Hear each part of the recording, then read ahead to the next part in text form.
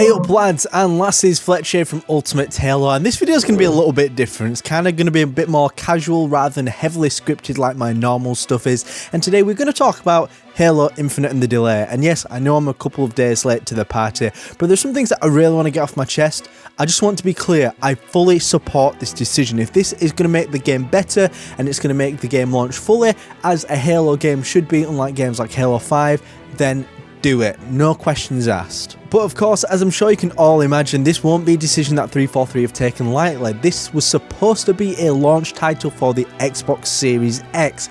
That's huge. Halo hasn't been a launch title since Combat Evolved. This is going to push the Series X to be a must-have item, and now with it being delayed till 2021, things have changed. So sit back, relax, and let's discuss. Ultimate Halo.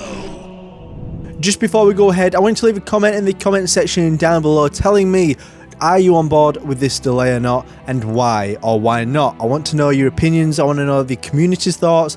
Overall, I'd say it's positive, but from the outside looking into some non-community members, it does look like some people are trying to make a bit of a joke of us, but that's fine. They can do what they want as long as this game gets it right. First of all, polish. Of course, polish is a big thing for this game. We all saw the gameplay trailer. The gameplay trailer looked a lot of fun, but fidelity wise, it was lacking in a lot of areas, in lighting, in terms of the level of detail, in terms of popping. We've all discussed the topics here on the channel, but it wasn't good enough in my opinion, and I was still perplexed as to why this was the case. And I know COVID has been a huge factor in all of this, but I'm still confused. They did have a little bit of extra time. I'm sure they had that gameplay demo planned for E3. They must have had a little bit more time just to give it that extra bit of polish, but that didn't seem to be the case.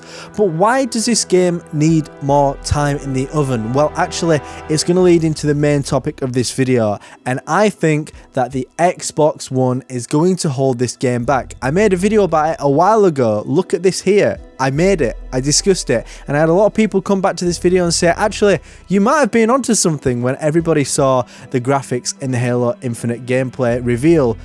And I still think I'm right. I personally believe that the Xbox One version needs to go for a few reasons, and I'll explain why. The first thing I want to talk about is scalability. Now, the Slipspace engine is built for scalability, it seems. And I personally believe that this game was originally supposed to come out on the original Xbox One to the Xbox One X, but since Microsoft started to change the plans, they thought it'd be a good idea just to delay the development a little bit and have it launched for the Series X. But now this does perplex me a little bit, and the reason for this is because Microsoft seemed to be really wanting to get people into their ecosystem, and I think keeping it on the Xbox One Halo Infinite does that. It gets people who do not necessarily want to upgrade just yet to still buy the latest games, and most importantly, get people onto Xbox Game Pass. And Xbox Game Pass is a fantastic product. It's great value for money. It's guaranteed income practically for Microsoft every single month, and it's now going to the PC crowd, and I think there are lots of opportunities to be had with it. But at the same time, they are also trying to sell hardware, and I do believe that they're willing to take a loss on the hardware sales just so they can get people into the ecosystem. So in all of those regards, it makes sense to have Halo Infinite on the Xbox One and the Series X and S, which we'll get onto in a moment. But at what cost? Halo Infinite now needs to be tested on all of these different consoles. Every console will react to the engine differently, and don't get me wrong, I'm not a game developer or a coder or a game tester, but I know that it will require more resources to test on the Xbox One, the Xbox Series X, the Xbox Series S, and PC, and all the different configurations, AMD, Intel, all the different graphics cards that you have on the market. It makes it so much harder to test, which I understand why this game needs longer in the oven in the first place, especially compared to other Halo games. It's already had a longer development cycle. And if Halo Infinite doesn't hit, and it's a disappointment in a lot of ways to a lot of fans like Halo 5 was, then we've got an issue on our hands. People aren't going to take Halo as seriously as a brand. People may not invest in the new hardware, and if this isn't a game that's going to last and people make a mockery of, it could potentially harm Xbox's brand and value for money, especially with Game Pass. You want everything to be good value for money. So what I suggest is that Microsoft actually go back on their decision to make this an Xbox One game as well. Have it on the Series S and the Series X. If you haven't caught up on the news on that, there has been a leak about the Xbox Series S, which is looking very likely. We just don't know when we're going to see it just yet. Have it released just on the new generation of consoles and PC. Then you can put all your resources into testing it on that, making the fidelity and the game as good as it can be for the next generation. Yes, I understand that people who don't necessarily want to buy the new generation want to pay that money outright straight away, but at the end of the day, you do also need to encourage people to buy the new console, invest in the new generation. All right, we've got that out of the way. And that's kind of a bit of a big bugbear for me. But at the same time as well, it also gives us time for a beta. The problem is at the moment as well, Halo's release schedule is very, very packed. If it was to release this year, for example, you've still got Halo 3 ODST coming out on the Master Chief Collection on PC. You've still got Halo 4 coming out on MCC. Those things need time to release for fans to engage with them, for it to sink in and fans play it. And also, it was looking unlikely that we were ever going to see a beta for Halo Infinite. We were promised betas for every new Halo release going forward.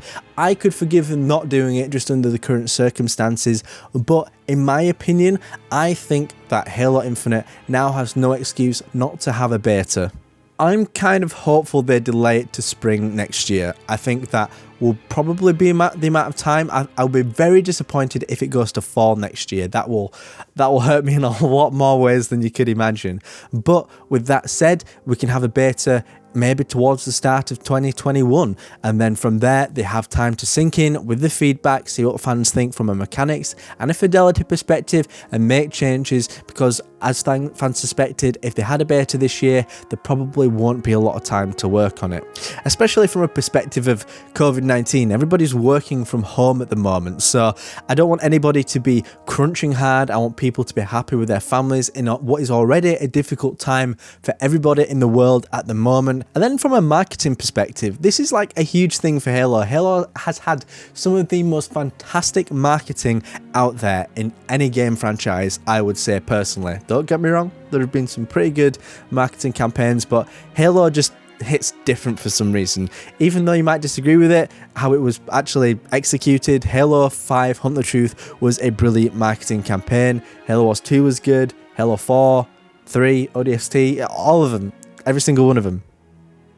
As you can tell, I like them. But what about physical marketing? Because that's one thing Halo's always done. It's always had things spray painted on the side of buildings, huge statues of Spartans, events like the launch events I've always been to have been pretty wild. Press events have always been a lot of fun, seeing the game hands-on beforehand. So it gives Halo Infinite the opportunity to do all of these things, because beforehand, you know, if we release this year, holiday 2020, everything's digital, and in reality, we're not going to get to see Halo Infinite in the wild like we'd hope to. Of course, digital marketing is a huge thing these days, and you could probably just get away with it, but it still wouldn't be the same, and they would probably have invested a lot of money in advance already in all of these physical things they wanted to push, so they need to use them, and that might help the game in the long run. As well as this, you got games like Cyberpunk coming out holiday 2020. There's a lot of games coming out this year. It's going to be crammed, and actually with the game being a live service and being a platform for many years to come, launches aren't as critical as they used to be. Now, don't get me wrong, I think Halo Infinite needs to launch top notch, but look at games like Rainbow Six Siege that had a lot of issues on launch. It wasn't quite there at launch, but you know what, this game is bigger than ever and fans are loving it. It's such a good game, even though I'm banned because of Game Cheat 13, but that's a funny and long story in itself. So it doesn't necessarily matter if Halo Infinite doesn't hit the holiday window, and at the same time it doesn't matter that people are not paying £60 or however many US dollars or wherever you are in the world to play this game. Most people will probably have Game Pass, might get a free trial of Game Pass, give it a go. The multiplayer is free to play, so people have no excuse. It's on Steam, on PC, which is just like huge. I never saw that one coming. Get rid of this game on the Xbox One. I think it's going to drain your resources. We want people to go to the next generation of consoles. They need an incentive to do it. I don't care about the console war, but there are Sony fanboys out there who want to see us burn. And you know what? I hope Sony does great next time round, and I'm sure they will, because they have some games that look fantastic, and to be truthful, I'm kind of tempted to pick up one myself. I'm not sure if I will or not yet, but Xbox Series X needs to be a winner.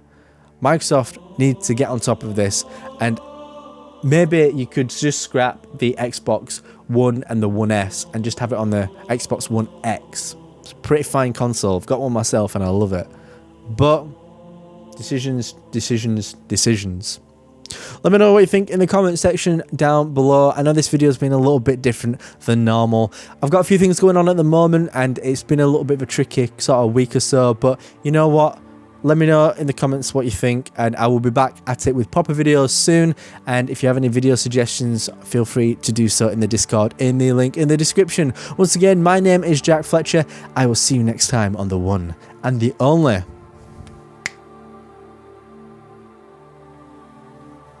Ultimate Halo.